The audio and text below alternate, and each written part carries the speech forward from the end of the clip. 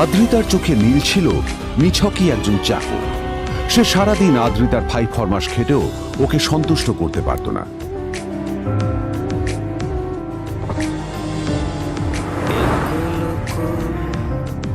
এত কিছুর পরেও কেন একজন ধনী বাবা তার মেয়েকে গরিব ছেলের সাথে বিয়ে দিলেন?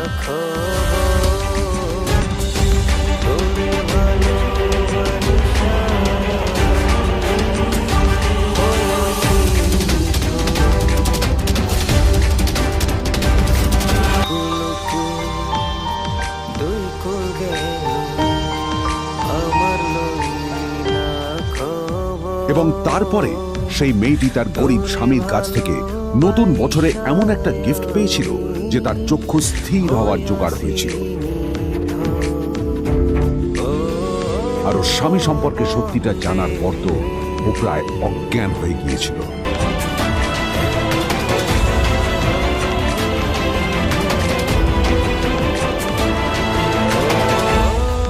আদ্রিতা তার বাবার কথায় নীলকে বিয়ে তো করেছিল, কিন্তু ও শর্ত দিয়েছিল যেন বাড়ির বাইরের কেউ না জানতে পারে যে নীল ওর স্বামী।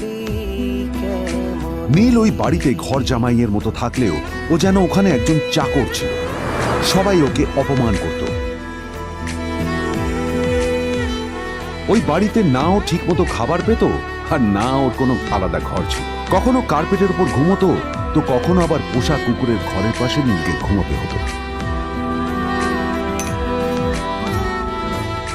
হাত খরচ মেটাতে ও এক জায়গায় ওয়েটারের কাজও করত।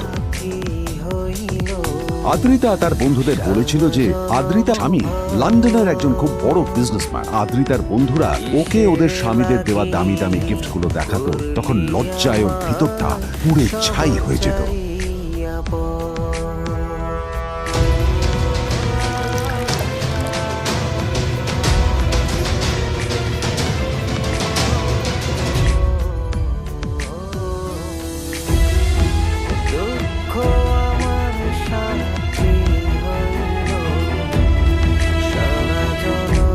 আর গিফট যেন দামি হয়, হ্যাঁ মানে খুব দামি, কয়েক লাখ টাকা।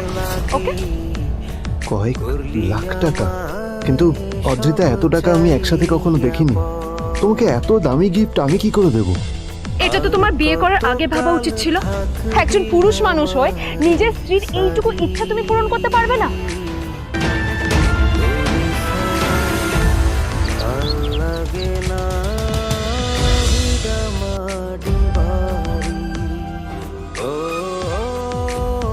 দুদিন পর এসে একটা গিফট ব্যাগ দেয়।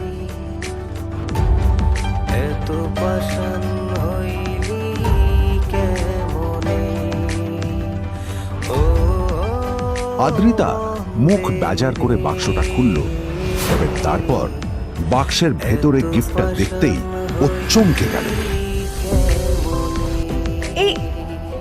এই ফোনটা মানে এটা তো একটা স্পেশাল এডিশন।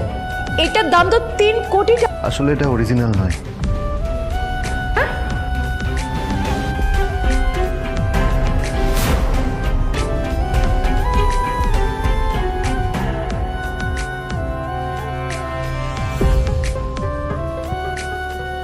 কিন্তু আদ্রিতার নীলের কথা একটু সন্দেহ হয়, কারণ ফোনটা দেখে একেবারেই আসল বলেই মনে হচ্ছিল। রুমে গেল। ফোনটা একটু দেখুন না। ওয়াও, আচ্ছা ম্যাম, আপনি কি মিস্টার রয় চৌধুরীর বন্ধু? কে মিস্টার রয় চৌধুরী? ও, আপনি কি ওই রয় চৌধুরী গ্রুপ অফ ইন্ডাস্ট্রিজ এর মালিকের কথা বলছেন? হ্যাঁ। না না, আমি ওনাকে চিনি না। আমি কেন, আমার মনে হয় কেউই ওনাকে চেনে না। বড় বড় মানুষেরাই ওনা দেখা পান না। আমিও কোনোদিন ওনাকে দেখিনি। কিন্তু সাডেনলি আপনি এই প্রশ্নটা করলেন কেন? অ্যাকচুয়ালি ম্যাম, আপনার হাতের এই ফোনটা আসলে এটা ফোনের স্পেশাল এডিশন। এই কাটিং, এই ডিজাইন, এই লোগো, এটা চাল করা ইজ নেক্সট টু ইম্পসিবল। আর গোটা ভারতে বিক্রি হওয়া এই ফোনের সেকেন্ড পিস এটা, যেটা মিস্টার রয় চৌধুরী কিনেছিলেন। সেজন্য জিজ্ঞেস করছি ম্যাম, আপনি এই ফোনটা কোথা থেকে পেলেন? তবে কি নীলই মিস্টার রয় চৌধুরী?